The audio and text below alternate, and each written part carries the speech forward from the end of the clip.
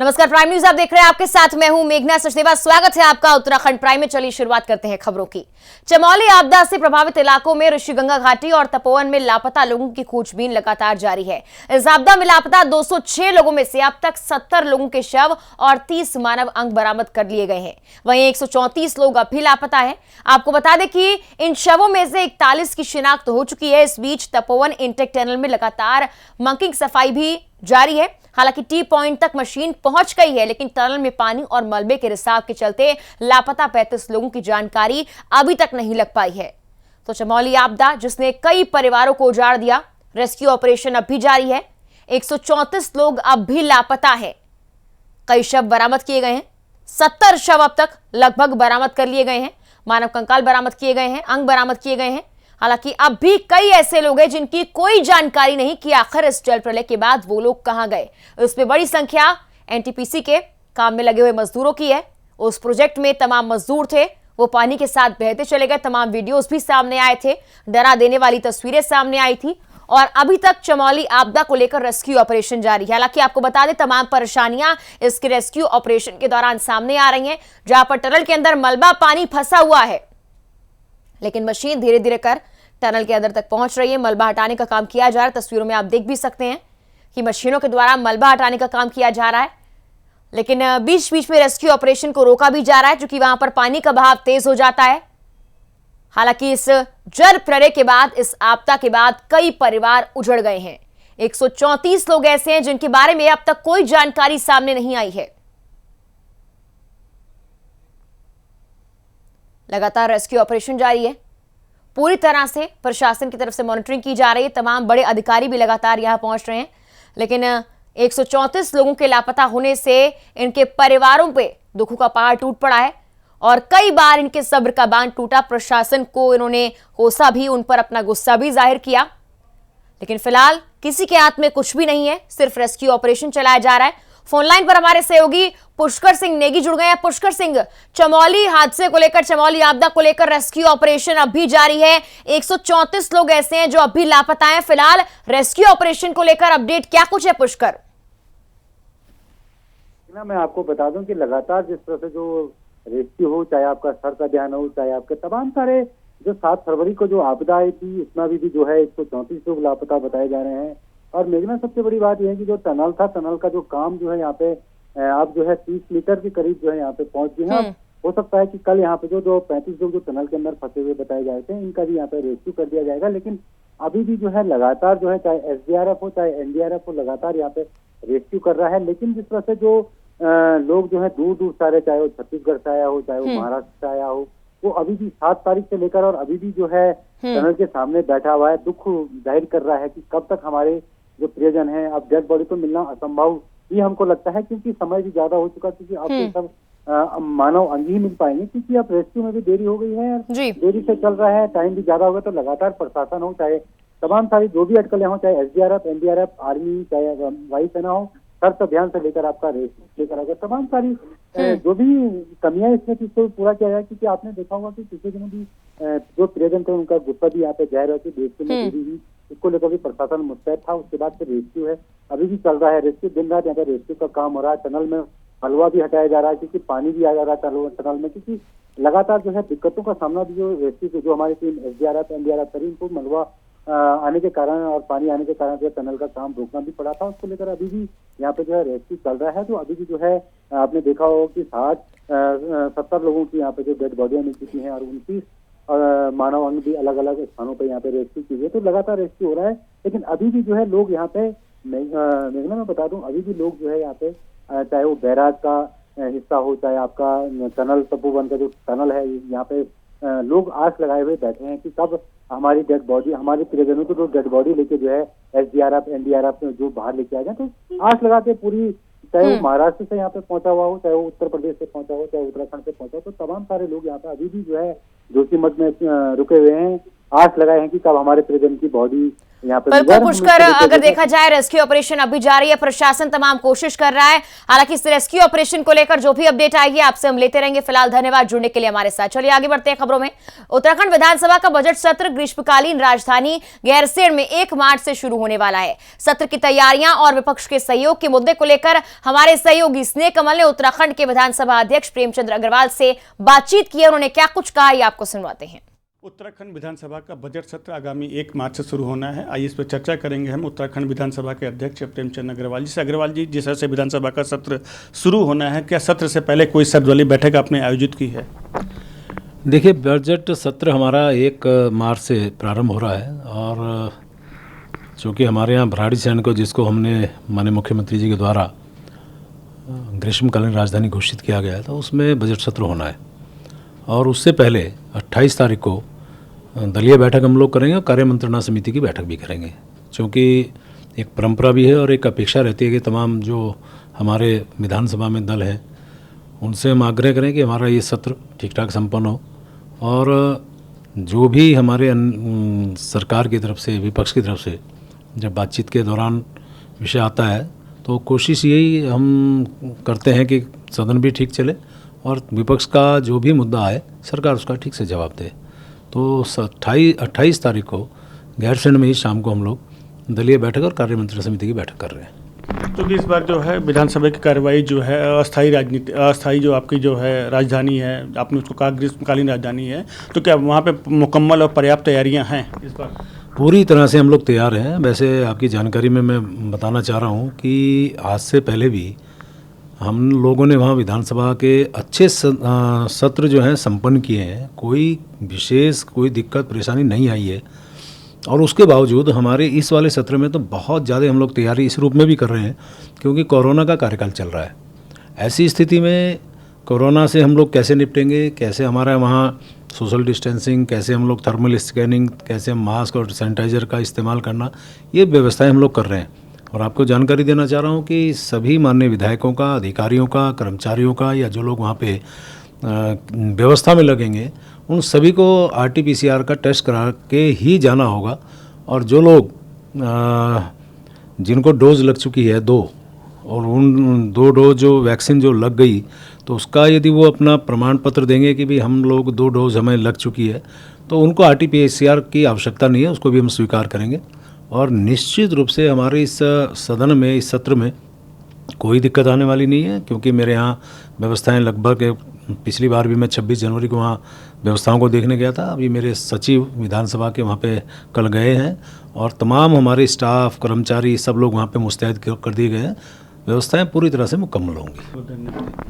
तो ये थे विधानसभा अध्यक्ष उत्तराखंड, जिसका साफ कहना है कि इस बार जो विधानसभा का सत्र होगा उसमें सभी जो है विधायकों, अधिकारी हों, उन्हें जो है कोरोना का टेस्ट जो है अनिवार्य है। साथ साथ जिन्हें दो डोज लग चुकी है उन्हें इस प्रमाण पत्र से छूट दी जाएगी। कैमरा पर्सन आकाश के साथ मैं स्नेह कमल, प्राइम न्यूज़, दिल्ली।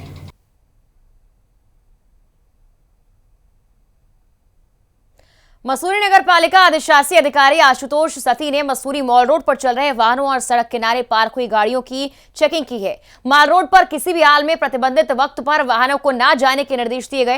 उन्होंने कहा कि दोनों मॉल रोड्स के बैरियर को कंप्यूटराइज के साथ ऑनलाइन करने की योजना है, जिसको लेकर कार्य किया जा रहा है। बैरियर्स को कंप्यूटराइज के साथ ऑनलाइन कराने के बाद बैरियर्स पर लगने वाले जाम से निजात मिल पाएगी। वहीं बेवजह मॉल रोड पर वाहनों की आवाजाही पर भी रोक लगाई जाएगी।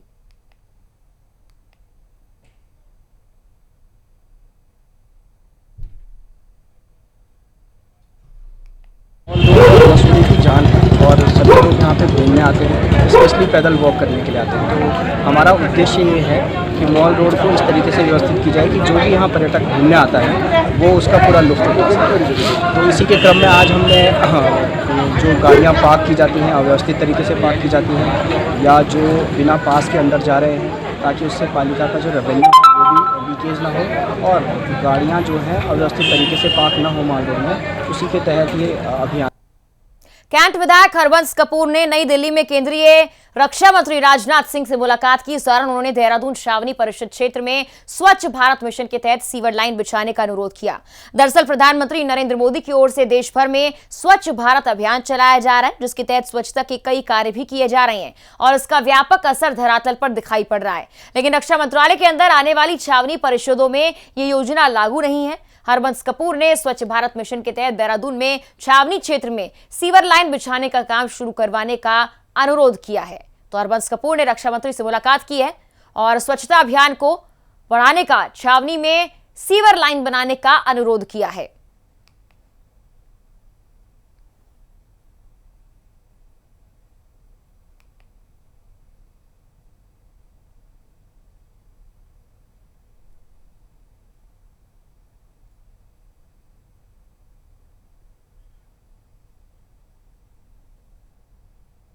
हरिद्वार के वीआईपी घाट पर नेशनल हाईवे का लोकार्पण किया गया। इस कार्यक्रम में कैबिनेट मंत्री नितिन गडकरी शामिल हुए। साथ ही वर्चुअल माध्यम से राज्य के मुख्यमंत्री त्रिवेंद्र सिंह रावत भी कार्यक्रम में जुड़े। इस बीच कार्यक्रम में केंद्रीय शिक्षा मंत्री डॉक्टर रमेश पोखरियाल निशंक, गाजियाबाद से सांसद जनरल वीके सिंह और संजीव कुमार बालियान ने इस कार्यक्रम में हिस्सा लिया है।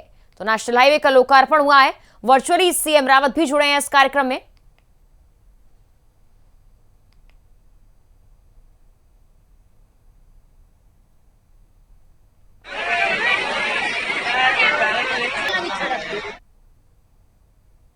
देहरादून विकास प्राधिकरण ने मसूरी में अवैध तरीके से चल रहे निर्माण के खिलाफ कार्रवाई की। इस बीच ज्ञान cottage Kasmanda state library Mussoorie में हो रहे अवैध निर्माण को ध्वस्त किया गया है। वहीं एक्शन के दौरान देहरादून विकास प्राधिकरण के सहायक अभियंता अतुल गुप्ता समेत बड़ी संख्या में पुलिस बल मौके पर मौजूद रहा। वहीं एमडीडीए के सहायक अभियंता अतुल गुप्ता ने बताया कि अवैध निर्माण के पीछे सुमन वर्मा नाम के शख्स का हाथ है। इस मामले में पहले भी चालान हो चुका है, लेकिन अवैध निर्माण न रुकने के चलते ध्वस्तीकरण की कार्रवाई की जा रही है।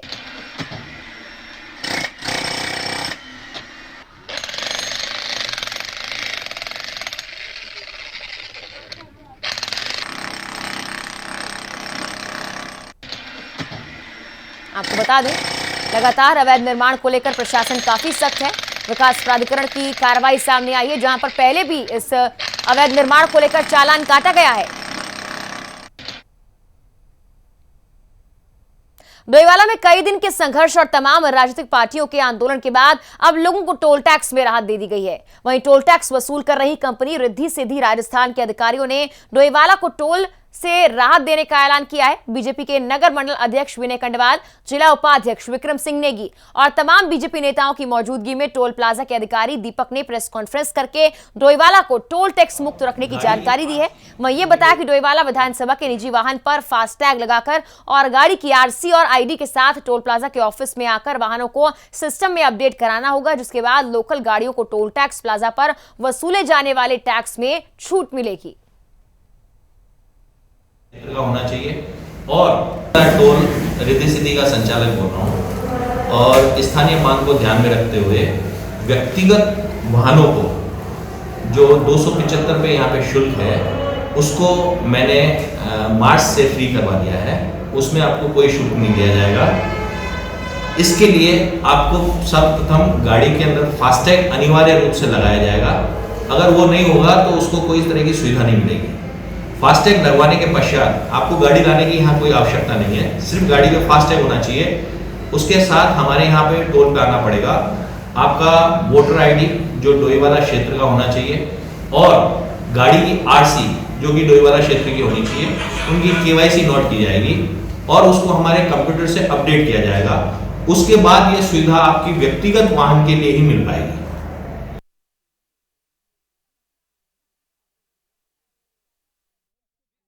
अध्यक्ष सोना सजवाड़ ने की। वहीं बैठक में जिला पंचायत की समितियों की बैठक के साथ ही पिछली मीटिंग की कार्रवाई और अनुपालन आख्या पर चर्चा की गई। इस बीच स्वरोजगार के लिए जिला योजना के विभागों पर जारी बजट पर चर्चा भी की गई। साथ ही जिला पंचायत अध्यक्ष सोना सजवाड़ ने कहा कि स्वरोजगार की धनराशि का 100% काम जमीन पर नजर आना चाहिए। वहीं ये भी तय किया गया कि स्वरोजगार योजनाओं को दी जाने वाली धनराशि में किसी भी तरह की कोताही न बरती जाए। पंचायत की त्रैमासिक बैठक है। इस बैठक में आज जिला पंचायत का जो आगामी बजट है वो पेश होगा। उस बजट का अनुमानित जो बजट है 40,05,54,600 रुपये है। और जिला पंचायत के बैठक में सक्षम अधिकारी बुला रखे हैं, जैसे उद्यान विभाग, कृषि विभाग, सिंचाई विभाग और समाज कल्याण विभाग। जो जिला योजना में जो हम पैसा दिया गया है उस पैसा का सदुपयोग कैसे करना, उद्यान विभाग को 10 करोड़ मिला हुआ है, जिला कृषि विभाग को भी 10 करोड़ मिला हुआ है।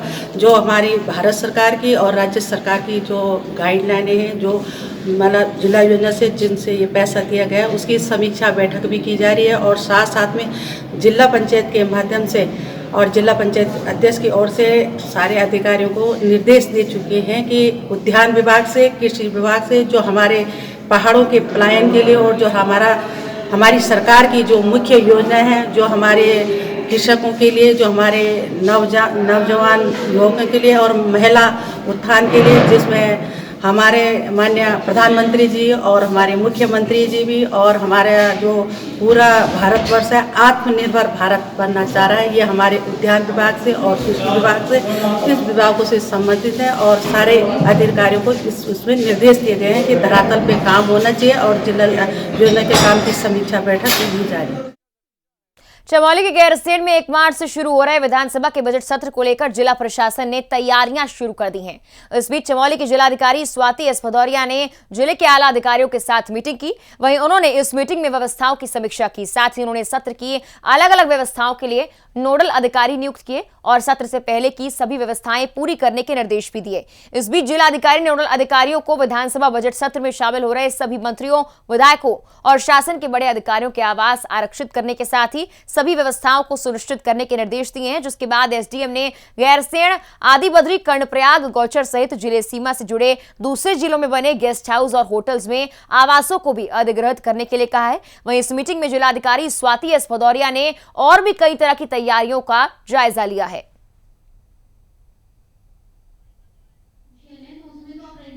जितनी भी हमारी तैयारियां हैं, जो व्यवस्था के लिए नोडल ऑफिसर्स अपॉइंट करने होते हैं, वो सभी किए जा चुके हैं। उनकी मीटिंग भी लेकर उनको सबको बता भी दिया गया है। जो हमारी परिवहन व्यवस्था है उसके लिए भी गाड़ियों का अधिग्रहण और गाड़ियों को हायरिंग पे लेना शुरू कर दिया गया है।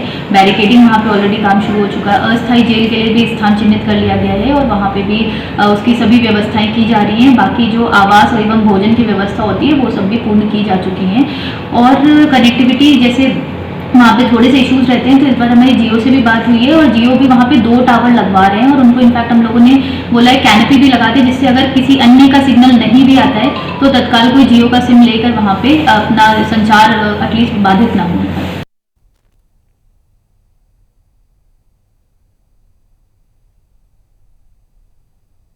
मसूरी में खाद्य पूर्ति विभाग ने एक राष्ट्र एक राशन कार्ड योजना के तहत मसूरी नगरपालिका सभागार में कार्यक्रम आयोजित किया। इस कार्यक्रम में बतौर मुख्य अतिथि मसूरी के विधायक गणेश जोशी और पालिका अध्यक्ष अनुज गुप्ता ने शिरकत की।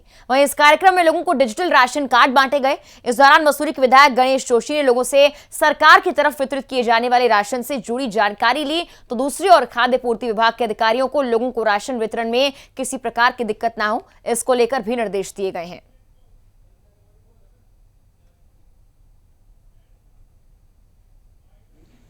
हमने सभी लोगों को मंच के माध्यम से अवगत कराया कि one nation one ration card के लिए ये जो बायोमेट्रिक कार्ड है ये हमारा उपयोगी है, क्योंकि इसमें जो डाटा है किसी कंज्यूमर का, उसके परिवार के सदस्यों का, डाटा पूरी तरह से इलेक्ट्रॉनिक मीडियम पे लगा गया है।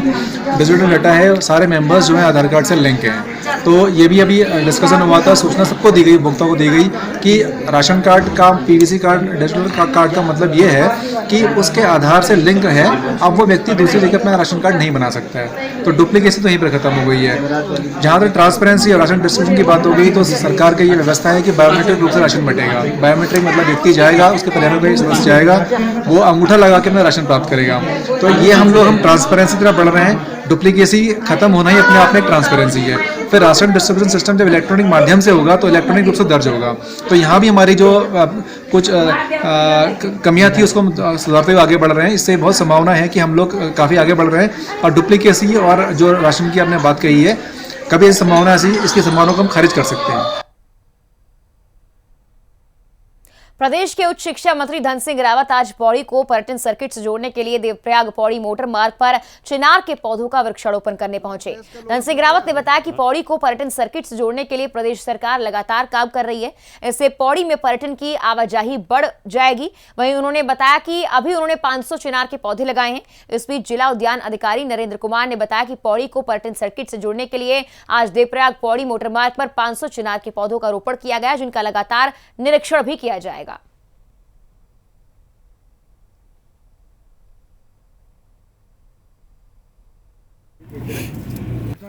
पर्यटन को दृष्टिगत रखते हुए पौड़ी शहर को एक सुंदर बनाने के लिए पौड़ी से देवप्रयाग रोड पर घुड़दौड़ी तक हम लोग जो है चिनार के पौधों का रोपण कर रहे हैं, जिसको मैपल ट्री भी बोलते हैं। और इसको हम लोग लगभग जो है 500 पौधे फिलहाल हम लोग यहाँ पर लगा रहे हैं सड़क के किनारे किनारे। इससे शहर का सौंदर्यीकरण के साथ ही रोड का भी सौंदर्यीकरण होगा, जिससे पर्यटक आकर्षित होंगे और यहाँ पर्यटकों की आवागमन अच्छा बढ़ेगा। और आगे भी इसमें जो है हम लोग जो है सोच रहे हैं कि इसको और लंबा, मतलब लगभग जो है देवप्रयाग तक इसको हम लोग जो है विकसित करने की योजना बना रहे हैं। हम चिनार के पेड़ों को यहाँ पे लगा रहे हैं। यहाँ से लेके लगभग 3 किलोमीटर का एक चिनार का हमारा जंगल होगा। 500 पेड़ आज यहाँ पे लगाए जा रहे हैं और ये वैरायटी भी कश्मीर से आई है। और मैं विशेषकर जो है अपने उद्यान विभाग का और कृषि विभाग का बधाई दे रहा हूँ कि उन्होंने पौड़ी जिले में काफ़ी अच्छा काम कर रहे हैं। राजधानी देहरादून की नगर पालिका परिषद में स्वच्छ भारत मिशन के तहत माल रोड पर 60 दुकानदारों ने स्वच्छता की शपथ ली है। इस बीच नगर पालिका परिषद के अधिकारी किरण राणा और अरविंद शुक्ला कार्यक्रम में शामिल हुए। उन्होंने लोगों को शपथ दिलाई। वहीं लोगों ने शपथ ली कि वो लोग हर हफ्ते 2 घंटे श्रमदान करके स्वच्छता के संकल्प को पूरा करने का काम करेंगे। इस बीच लोगों ने शपथ ली कि वो पर्यटकों को कूड़ेदान में ही डालने का आग्रह करें कि कूड़ा कूड़ेदान में ही डाला जाए। समय दूंगा। हर सप्ताह 2 घंटे श्रमदान करके स्वच्छता 100 व्यक्तियों से भी कराऊंगा। स्वच्छता की तरफ बढ़ाया भारत देश को स्वच्छ बनाने में स्वच्छता के लिए शपथ लेता हूँ। आज वेंडर व्यापारियों से स्वच्छता की शपथ ली गई, जिसमें हमने उन्हें बताया कि अपने आसपास वो कूड़ा ना फैलाएं या गंदगी ना करें। और मुझे लगता है कि सभी नागरिकों का स्वच्छता उसमें योगदान रहना चाहिए। इसलिए हमने एक शुरुआत के तौर पे मान लीजिए कि हमने सबसे पहले वेंडर व्यापारियों से ही शपथ दिलवाई। स्वच्छता को लेके हर रविवार विशेष का चल ही रहा है, जो फरवरी से अप्रैल तक चलेगा। तो उसमें नई नई थीम सरकारी गाइडलाइंस आ रही, जिसका हम अनुपालन भी कर रहे हैं और करवा भी रहे हैं। और इसी के साथ फिलहाल के लिए इस बुलेटिन में इतना ही। तमाम खबरों के लिए आप देखते रहिए प्राइम न्यूज। नमस्कार।